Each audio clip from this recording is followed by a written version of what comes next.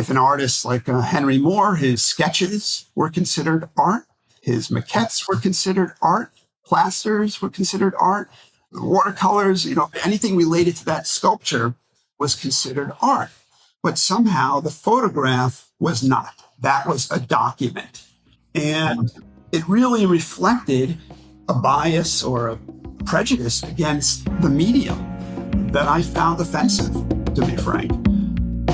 That was New York gallerist Bruce Silverstein reflecting on his early experiences of art and questioning why photographs, despite being created by the same artist's hands, in this case Henry Moore, were considered less important than paintings, drawings, or works in other media. I interviewed Bruce a few weeks ago as part of my collaboration with APAD, the Association of International Photography Art Dealers, in the lead up to the 2025 edition of the Photography Show. As was the case with many of these conversations, we really only scratched the surface of the life and work of these gallerists and patrons of photography. So I'm happy to welcome him back to talk more about his new location and inaugural exhibition, Photographer as Sculptor, Sculptor as Photographer, as well as his commitment to championing overlooked African American photographers, such as those in the Kamoinge group, promoting Native American artists working with photography, and what he himself is drawn to in contemporary art. You don't need to have listened to part 1 to enjoy this, however I'd absolutely recommend listening to it whether before or after this episode. If you're joining us for the first time, welcome. You're listening to Subtext and Discourse Art World Podcast, highlighting unique perspectives on contemporary art and photography. I'm your host, Michael Dooney. Don't forget to subscribe to the program wherever you get your podcasts, or go on better and leave a rating and review on Apple Podcasts or Spotify to help others discover the show. Now, without further ado, please enjoy part 2 of my conversation with Bruce Silverstein. All right, well, let's start then. So, Bruce, welcome back to the podcast. It's good to speak with you again. Thank you very much. I'm happy to be here. When I was preparing for this, I realized it's exactly 1 month since we last recorded, and that was the day after your new space opened. So that means your new gallery has existed for 1 month. That's right. How has it been? Well, it's been absolutely fantastic. It had been a long time coming, frankly. I used to have a very large space on the ground floor of 24th Street, which had its positives and negatives. And we had 2 spaces, in fact, one on 20th Street upstairs and one on the ground floor on 24th. And about 6 years ago, we moved to the 20th Street location and closed down the ground floor space. And, there were frankly, real benefits of that move. I mean, obviously, we no longer were going to get that sort of street traffic that we were getting on the ground floor. But frankly, that traffic had been slowing over the years. When we first opened that space on 24th Street, we'd get 500 people in on a Saturday. Now I'd be surprised if one would get 50 at that space. And the new space really enabled me to focus more on relationships with clients. And the space was also was smaller, which meant that the curatorial aspect was not as extensive. Smaller space, not as much work go in that space, which means don't need as much staff. You don't have to store as much. And not being on the ground floor meant that we didn't have to be on that 5-week schedule for exhibitions, which can be relentless. I found that we would put on a show that we're really happy about, and literally as soon as that show is open, instead of focusing on that show and placing works from that show, we're focused on curating the next show and the show after that. And it became kind of this loop. So I guess in a sense, the new space that I was in enabled me to be more at the moment. But over time, I really started to miss the idea of putting together more elaborate, interesting shows. And I felt that we needed a space that was conducive to the type of work that, we wanted to show in the future. So it was about, 8 months ago when I made the decision that, we were going to find a new space, and had considered the ground floor again and measured what would be the benefits versus what we'd be losing. And in the end, came to the conclusion that that I wanted to remain in an upstairs, so to speak, space, but something that was very, very different and something that would be tailored to our needs. And this space it's frankly, it's everything I would have hoped it would be. So it's exciting and challenging. It's exciting to be able to do those shows and to be able to have, we have an extensive viewing room that is really beneficial. But, frankly, it is challenging because we got to get back to, curating and coming up with new and fresh ideas and juggling really curatorial work with sales. So it continues to be a work in progress, but really excited about the space. I think people that have come in have liked it, and I think it's a special place. Yeah. So the new show that you have that opened up your new space, the photographer is sculptor, sculptor is photographer. I have a lot of questions about this one. Sure. Were you saving this show for your new space? Like, did they come parallel? No, it's more that this show represents a kind of an evolution in my thought process and incorporates so many of the ideas that I've been juggling with really my entire life. Even as a kid, I was interested in, as we mentioned, drawing and sculpture. I remember in school, in high school, which I went to Westport, Connecticut, public school, Staples High School in Westport, Connecticut. There was an art teacher there who was really profoundly influential on me. His background was, he came from a lineage, a disciple of Rodin. So his classes would move kind of freely between drawing and sculpture, and painting as well. And I learned through him that the process, kind of the process one goes through in working in these different mediums are really, really the same, at least, at kind of that high school level.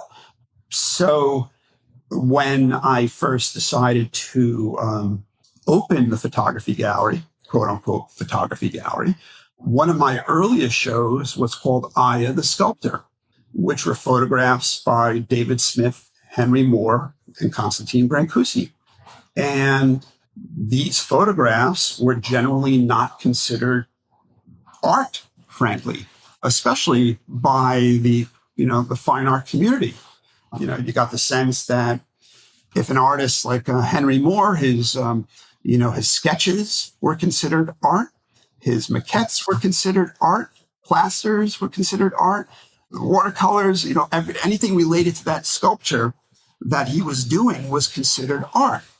But somehow the photograph was not. That was a document. Wow. And it really reflected a bias or a prejudice against the media that I found offensive, to be frank. And I remember seeing, I think there was a review where someone said, I'd rather be seeing drawings by Henry Moore. Like it was so negative. It was even lower than the drawings was the attitude. God. So that was indicative of the state of photography, at that time. I mean, yes, institutions were showing photography. It's starting to integrate photography, but still there was that underlying negativity about it, bias against it. And that was only 20 years ago, wasn't it? What's that? Yeah, that was 24 years ago. Yeah, crazy. Because that's recent. I mean, that's not a long time. Yeah, relatively recent. And I was really, it started my kind of thought process about, what is art? Why is a photograph different than these things? Why would they be lesser art forms? And it really triggered something in me, especially as I explored the works of these artists. It was just shocking. The fact that Brancusi was truly perhaps the greatest sculptor of the 20th century. And his work, he made so few, maybe he made 100 pieces in his lifetime. And that he, in essence, for the last 20 years of his life, made no new sculpture, but instead moved his pieces around his studio and documented them. In a way, the studio became a piece of installation art. And, people, I think when his studio ended up going to what's now, what the Pompidou, it was supposed to be, the terms were that it would be exactly as he left it. And I think, this wasn't because he considered it a monument. It was because the studio itself was a living, breathing, evolving organism that he had put so much energy into. And I think, as a sculptor, and I learned this through my teacher, you're not just aware of the actual physical space, the thing, your sculpture is occupying. You're really aware of the space around it. And when Brancusi chose to photograph his work, he, in essence, he selected a view that he believed represented the work or even heightened the work or did things with the work he wasn't able to do on his own. So, for example, he would focus on the shadow. How, if you look at his photographs, in some of the photographs, the shadow is actually the main event, or the reflection, and how you can see his, sometimes in the reflection, you can see, Brancusi himself. And the placement of these works in the studio reflected the conversations between the works, the way the light hit them, the shadows, all of that was taken into account. And those were important to him, so important that it superseded his desire to make new works. Yeah. And the photographs were the final, I hate to use the word document because that's always been a word that's been used to describe photography and almost as a bias towards photography. But these photographs really enabled him to make permanent elements that he could not do with the sculpture itself. And these photographs stand alone as incredible works of art. He printed them himself. He was taught by Man Ray and Steichen how to print. He handled them. He loved them. And upon his death, most of them went with his studio to the Pompidou. And we're talking, 1,000 images. So he was extraordinarily prolific and far more prolific in photography than obviously, than sculpture. But because the work ended up, for the most part, in an institution, many people were not aware of it. Now, I'm not, I can't say I was the first to show this. There have been shows, important shows on his sculpture before, but still, the majority of people in the art community were not aware of this work. And for me, it was like, I can't believe it. I'm holding something that Brancusi created, loved, was saying something important. So the prints are very rare. The ones that exist out there in the world are generally, they came from, say, friends or curators that he would have given them to, or clients that he would have sent them to.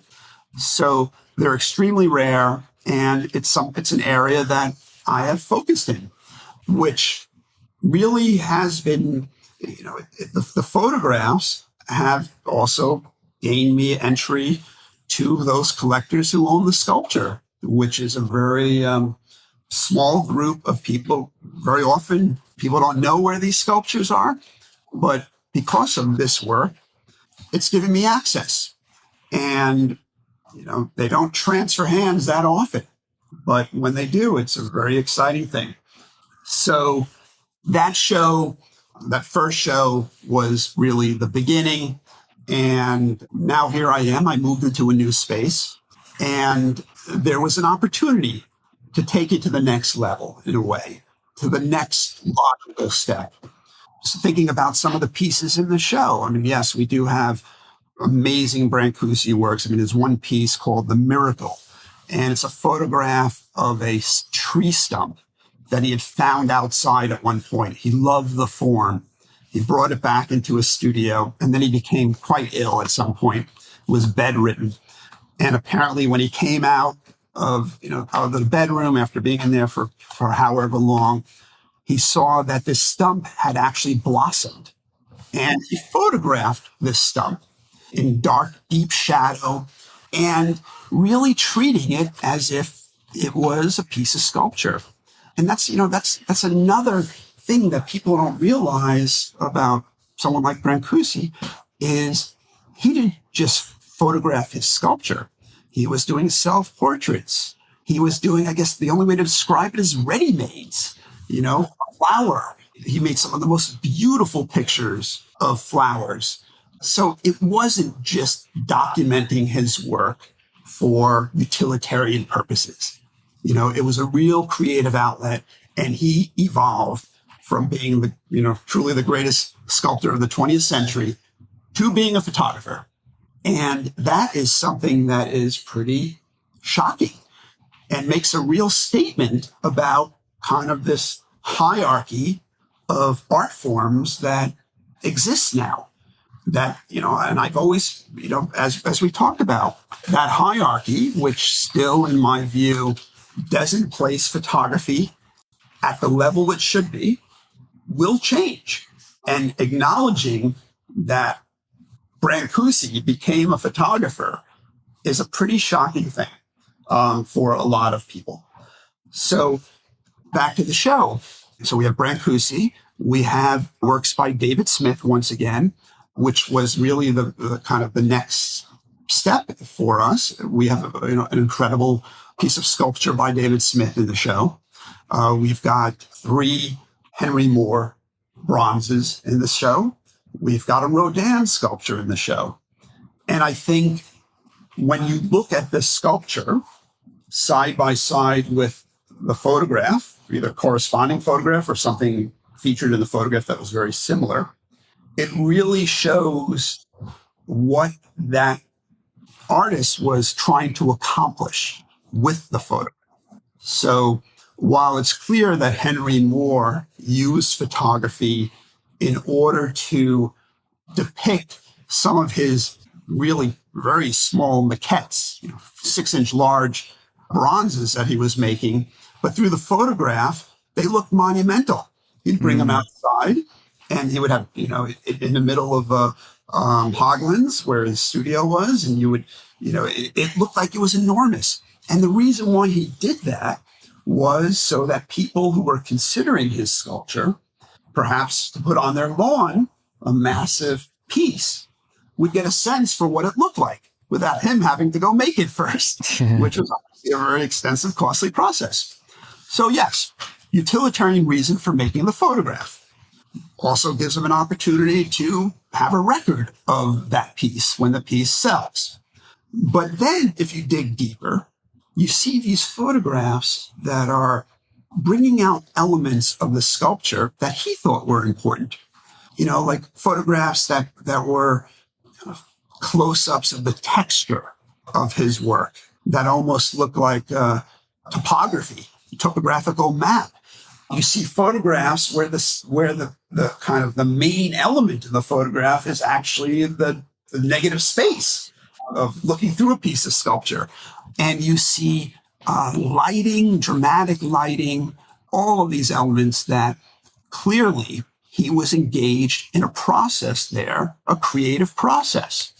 So having those works in the show, the sculpture in the show, really helped bring out some of these ideas, make them more clear, but also gave us an opportunity to expand what we do, to show works outside of photography. And that is exciting. And that helps our collectors and clients understand and perhaps consider not just the photograph in their collection, but, the sculpture as well. So these shows are like building blocks. They expand your vocabulary as an art dealer. They expand your connections and, move you forward. But I think with the show, what is really important for me is showing how photographers were thinking like sculptors. Some examples, everyone knows, Berndt and Hilla Becher and their photographs of these, utilitarian structures throughout Germany and then later, outside of Germany that were being torn down, water towers and, mining apparatus and so forth. And one of the pieces in the show is this extraordinary group of 15 photographs by the Beschers. In this case, they're on a single mount, which they were doing early on, as opposed to 15 individual framed photographs. It's one piece on a single mount, which, as we've talked about, these objects, beyond the aesthetics, the objects are important and important to me. And this, because it was really the kind of inception of their, the ideas they would pursue throughout their careers, it's a pivotal piece, particularly because it's also water towers. But when you look at these water towers, and this is the message that they had, these are beautiful structures. They're being torn down because people think they're eyesores, but look at them. Look at how the shape of these things, they're magnificent. And only by putting 15 of them or a group of them together does one really see the differences between those individual sculpture, if you will. Because if you put one in, if it was a picture of one, people are going to say, oh, that's a water tower. Yeah. You put 15 together and they're all isolated in a, centered in the photograph with lots of space around them to heighten their form. You read it in a different way. And then when you look at some of these other artists, in particular, Edward Weston, who was looking at nature and seeing kind of sculptural forms that he would transform through his camera. For example, not just nature, but, through life. We have in our show an extraordinary photograph of, basically it's a nude model. And it's taken from an angle that really is just she's kind of, I guess she is kind of rolled in a ball, and it's taken from behind. So you kind of see the curvature of her back and her bottom. And it almost, you forget the fact that this is a human being. It's become this beautiful, almost art-like form. And he places it against a black background to, send the message. Look at this form. This form did not exist or wasn't made permanent until I did it, until I saw it, till I found it. And that's been done throughout the history of photography. You look at Frederick Sommer, who was finding these little objects and putting them together into these forms, these assemblages, like these surrealist forms, human-like forms, and then he would photograph it. And then the object would be discarded. So the only evidence of this thing that he created, really a piece of sculpture that he created, is the photograph, which becomes the proxy for that sculpture. Was he a sculptor? In my mind, he was. He created the sculpture, he photographed it, and that's the output. And we see this over and over again in the history of photography. So this show really serves to break down these artificial constructs that we all have as to the definition of mediums. And it's that artificial construct that has really kind of made me feel, what does it mean to be a photography gallery? What is a photograph? These definitions have, they remain, but they're really vestiges of the past.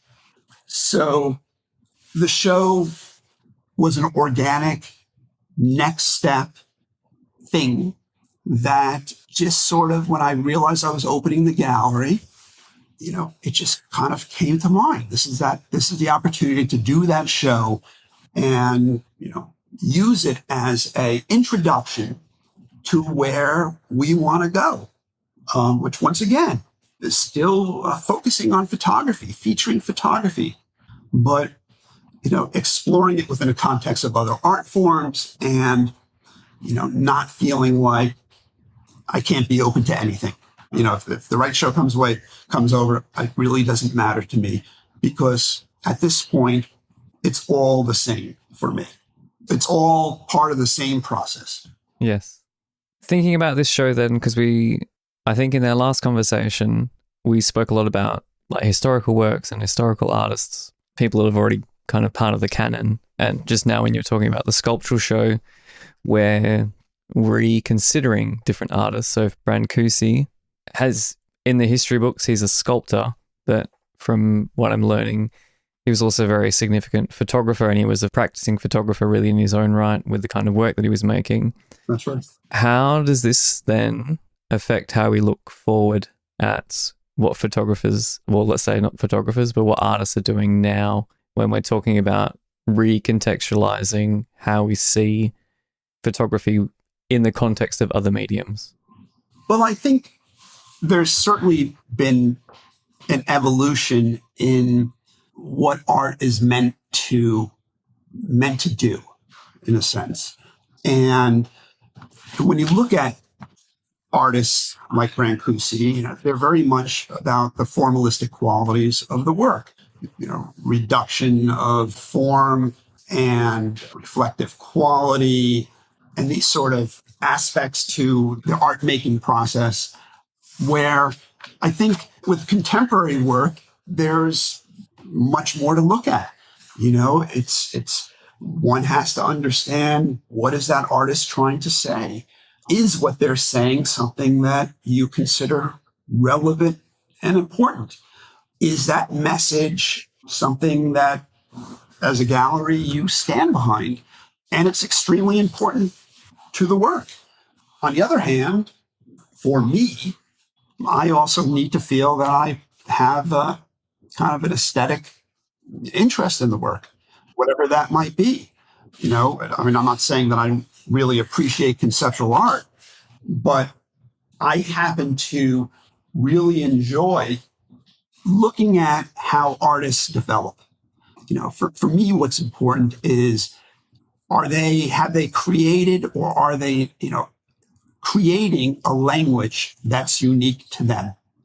Whether that language is organic or whether it was, pre-planned, more kind of conceptual in nature. That's a whole other debate on which is more, I guess, important or interesting. Or for me, I like to see that someone is evolving.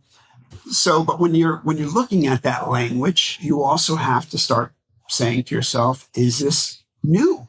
Because really, that's what we're looking for in terms of, as a gallerist, you strive to find artists that are doing something new, saying something new, having a message that you believe, that's important.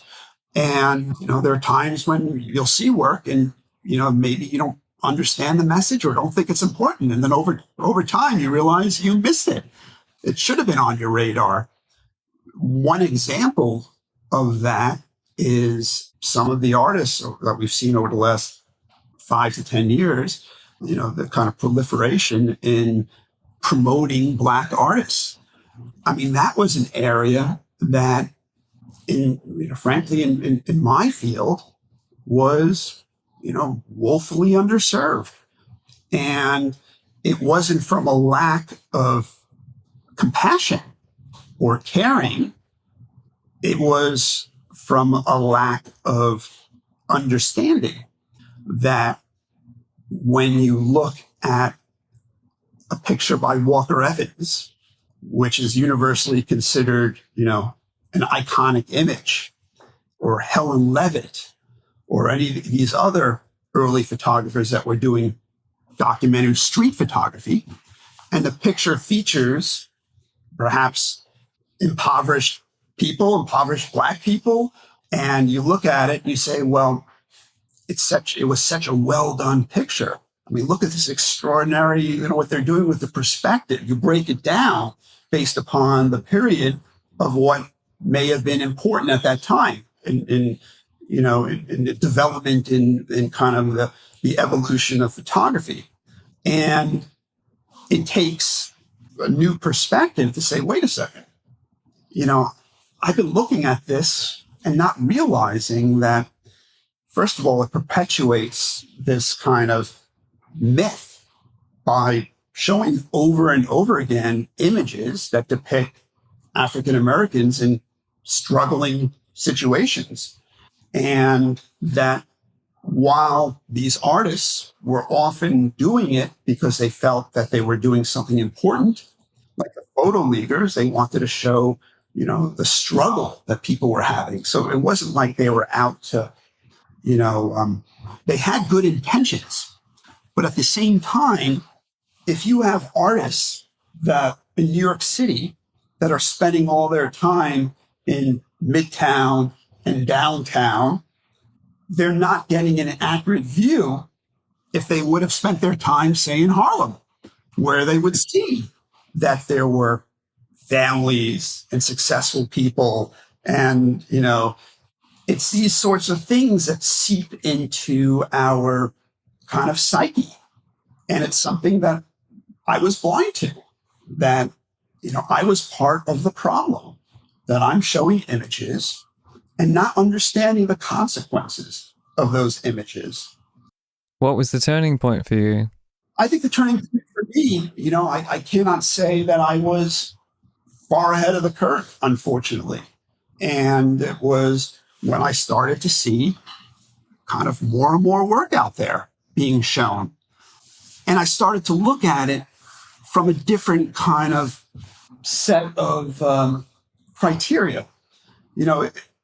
My criteria would have been, I've seen this sort of picture before, this sort of composition, this sort of feel. This is done in the 1970s. I saw this in the 1930s, 1940s. What is new here?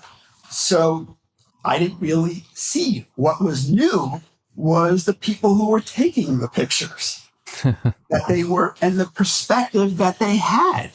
And when it finally dawned on me that I'm part of the problem, I made a real effort to change that. And, we were still pretty early on it. We represent a good proportion of the original Kamoinge members. The Kamoinge group was a group of Black photographers who began to gather together in the 60s and kind of hang out together, support each other, teach each other during a time when they weren't getting really much work or critical attention artistically.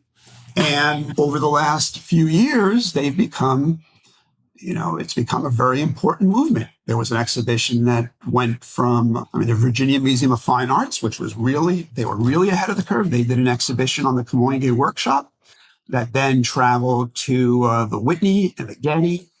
Out of that group was Ming Smith, who's gotten a lot of attention, really the only female member of the group, if you will. But really, as a photography dealer, and certainly a dealer who's come late in the game, it's always been about the underdog in terms of what we do. It's either, a great artist who's really appreciated in the photography world, but not appreciated in the fine art world, or someone who never showed and worked for 60 years, and you're breaking them out, and they're an 80-year-old person. So the art world looks at it like, well, what have they done? What are they going to do in the future? Why did they have shows? Why weren't they reproduced? So you have all of these kind of roadblocks, but you have a lot to overcome to promote this work.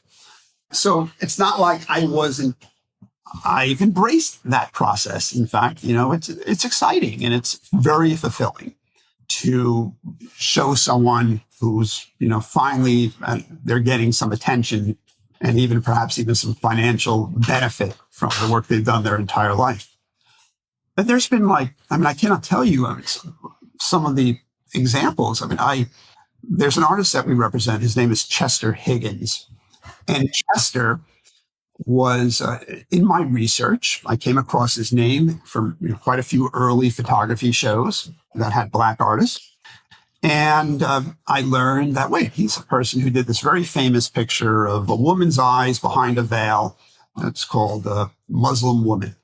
And I reached out to Chester, who happened to live in Brooklyn. And Chester worked for the New York Times from the 1970s up, 40 years. And I later learned from Chester that the Times hired him because in the 70s, they realized they had a problem, that the images that were appearing in the paper had a negative bias. They were always, impoverished, struggling, the way they depicted African Americans.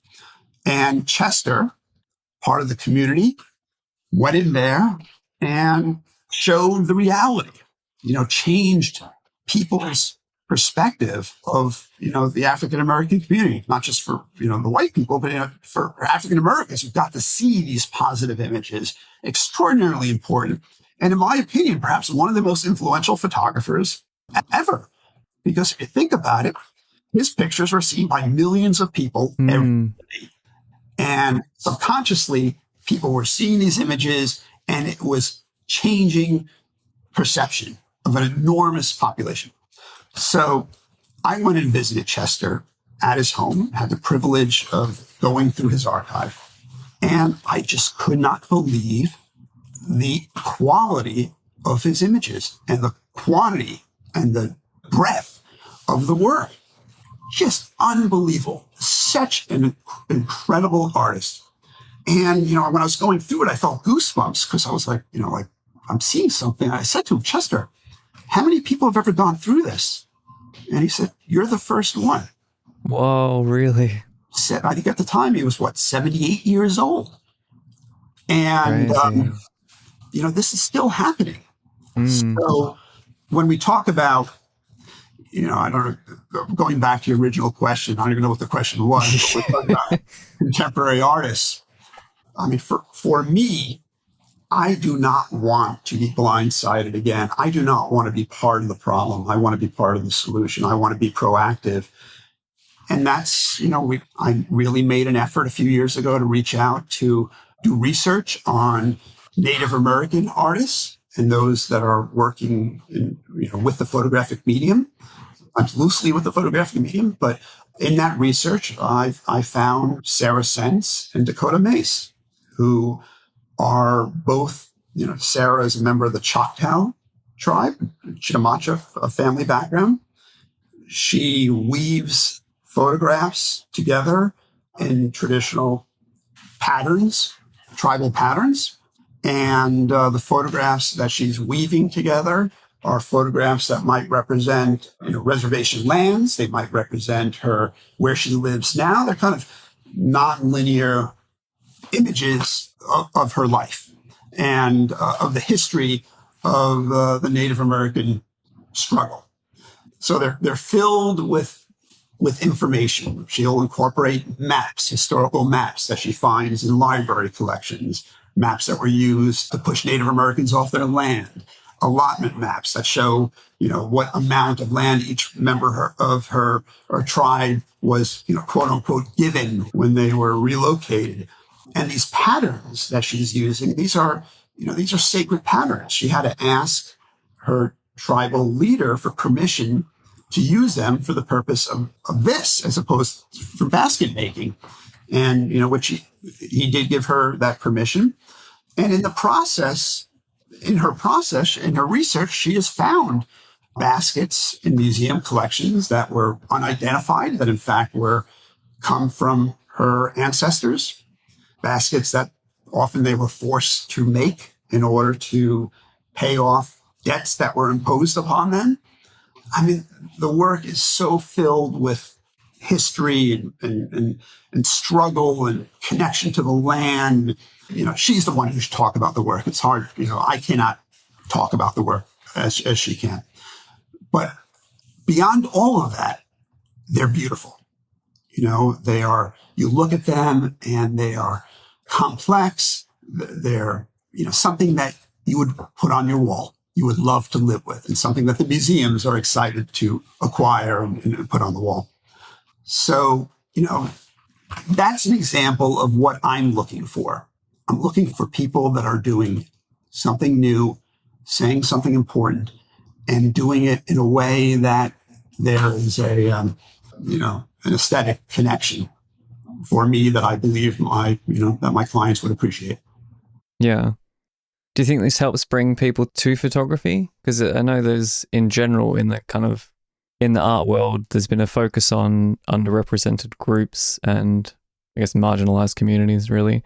Yep. And when these artists are creating work that happens to be photography, like the existing prejudice towards photography is maybe put aside because the focus is now on this person is creating something of interest. Right. As we talked about before, there are more people that are collecting photography, buying photography than there ever has been. It's just the people that are buying it aren't specifically photography collectors. While that bias certainly still exists, it is changing. But with regards to Sarah and Dakota's work, I mean, as we talked about the definition of photography, I mean, Sarah is taking photographs that she either takes herself or finds, appropriates. The photographs might be of maps or historical documents. She's then weaving these photographs together to form this kind of new object. And in fact, her more recent works have taken on more of a three-dimensional quality because these weavings have come off the plane, if you will, where she's referencing baskets that she has found in museum collections and patterns from those baskets. And so her work, I don't consider it photography. I consider it something else. It's sculpture, it's collage, and the same holds true for Dakota. I mean, her work is, for the most part, non-representational. I mean, she is one of the few out there who really understands chemical processes. She does chemograms where she'll take elements from the land on the reservation, place it onto the paper, expose it to the sun. That makes it's a cameraless image. She then manipulates it with chemicals. She might even use cochineal and other natural dyes that are sacred to her Diné Navajo heritage. She then beads the work. So, wow, okay. It's appealing, frankly, it's appealing to everyone. The photo collectors are first on the scene because they're the ones that are monitoring, what we do. But, I've had institutions that have said, I need to talk to another department because, I'm the photo department, they're this department. We need to get together on this, come to, split the cost of this, if you will. Oh, interesting. Yeah. And we've had one of the biggest collectors in the world buy a substantial amount of Sarah's work. So I don't think the work really is being, I guess you could say, held back by the fact that it's photographic elements. I do still think, though, that there's more within the art world, there's more focus on Native Americans who are, working at painting. Yeah. Painting and sculpture. But I think things are continuing to improve. And I'm excited about it. Yeah. Yeah, I noticed actually those two, Dakota and Sarah, are the two youngest artists on your roster, actually. Oh, okay. I mean, I suppose I'd point out that they're the two younger artists because also maybe sort of their generation doesn't see the distinctions as much. It's like everything's on the table. I can use some of this, and I can kind of blur the lines between what my toolkit has. But there were two other artists that you work with to your contemporary roster, and I'm probably going to say their names wrong. Marjan Teeuwen. Yeah, Marjan Teeuwen. And Shinichi Maruyama. Shinichi Maruyama. Thank you. Yes, of course. But there's also, with their work, a very strong overlap between photography and some kind of intervention. So maybe you can sort of speak about their work because I think they probably really nicely encapsulate a lot of what we've spoken about up until now. Yeah. I think as a photography dealer, I'd always strive to find artists that were pushing the medium and breaking down sort of these, if we talk about kind of barriers or preconceived notions of what photography is. Mm-hmm. And Shinichi, when I first discovered his work, what he was doing, which I found extraordinarily interesting, is he was taking ink. He's a Japanese photographer. He's taking sumi black ink. And he was, in essence, using various gesture and process to throw that ink into midair. And at the same time, he was creating collisions with water. So the water might be shooting out of a hose. He might be throwing it with a bucket. He might be splashing with a brush, whatever he could to create these different sort of effects. And he would then photograph these collisions at 10,000th of a second. And what resulted was really these extraordinary abstractions that also had this kind of explosive element to them through the collision. And he would then print them onto watercolor paper, porous paper. He would do pigment prints so that the paper would absorb the ink. And then, if you think about it, he was basically, it's performance art, it's painting, it's sculpture, it's photography, it's printmaking, all wrapped up into this process. And at the time, no one was doing that. And it was truly new and exciting. And really, I saw him as, what would an abstract expressionist painter be, looking at today? Yeah. And he was creating this abstraction in midair. And, keep in mind, he would have to do this over and over again.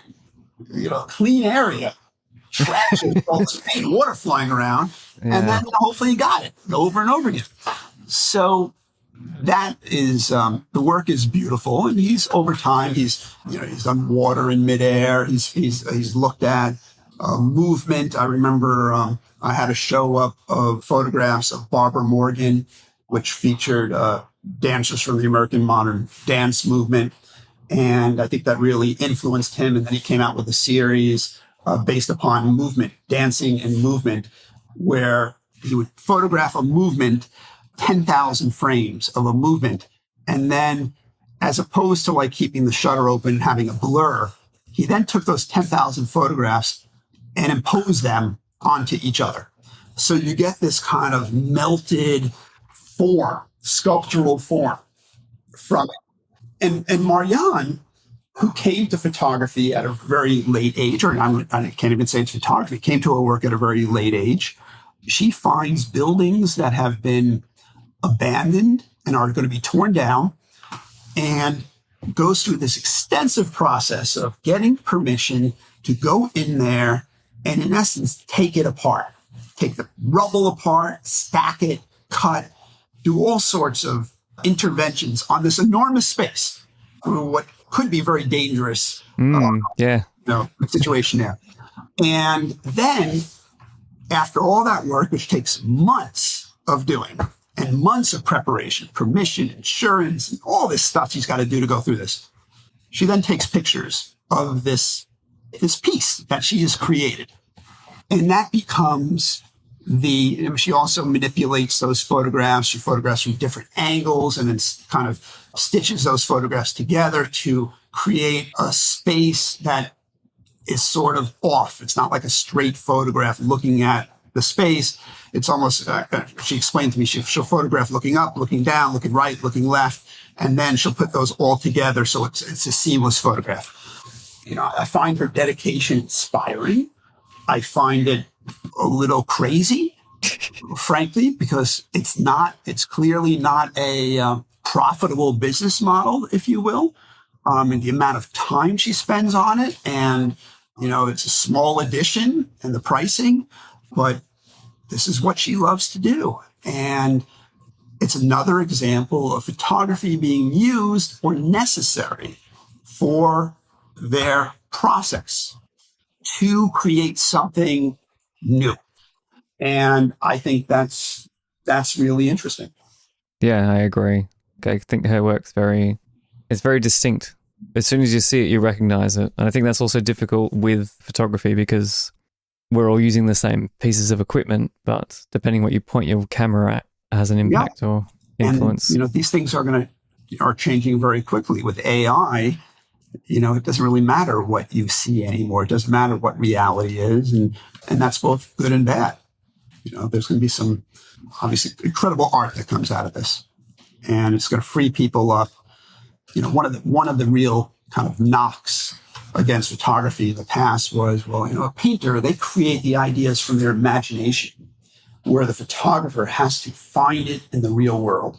So theirs is a process of finding, while the painter, it's a process of, it's creating, which is totally ridiculous. But, that's way the narrative in the, particularly in the 50s.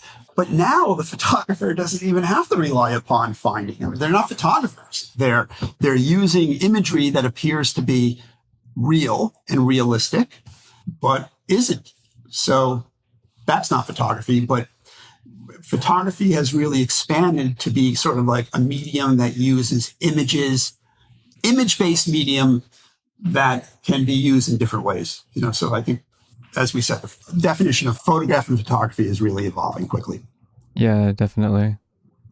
So now that you're in your new space and you've got this kind of new energy bringing together different artists, are you able to tell us anything about what's coming up next? Well, in September, I'm excited that we're going to be doing a show of the paintings of Adger Cowens. Adger was one of the original founders of the Kamoinge workshop, and someone who I've been working with for a few years now. And like many other artists who, so many people have been labeled photographers that were doing other things, and that seemed to be a big negative, as Man Ray understood how being a photographer kind of took people's attention away from the fact that he was painting and sculpting and all of that. And he tried to shed that reputation. Adger, on the other hand, was doing photography and painting, but neither was getting really the attention because, what was happening, the lack of interest in these artists. And he was one of the original members of the Kamoinge workshop. He was considered kind of teacher and a leader of the group. And I learned that Adger had been painting since the 1960s. And not only that, he was quite close to many of the kind of most important Black painters of the time. He was friends with Jack Whitten. He had an exhibition with Ed Clark way back when, and so many other artists of the time. He was part of that whole group, but never, I think he kind of like gave up on the idea of showing his artwork, because that's, it was surely a frustrating thing trying to get that work out at the time. So he began painting in the 60s, and early on was using combs and other tools to make kind of abstract patterns on his painting, something that some of his contemporaries were doing, and perhaps Adger was actually doing it before them. That could be up to debate. And he certainly was communicating with them and these other artists, and they were seeing the things that he was doing. So the work has never been exhibited before. And there'll be paintings from really the 1960s to today.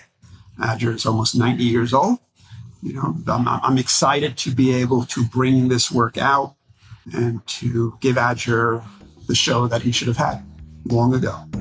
So that's going to be September, and that kind of, represents really what we're trying to do here.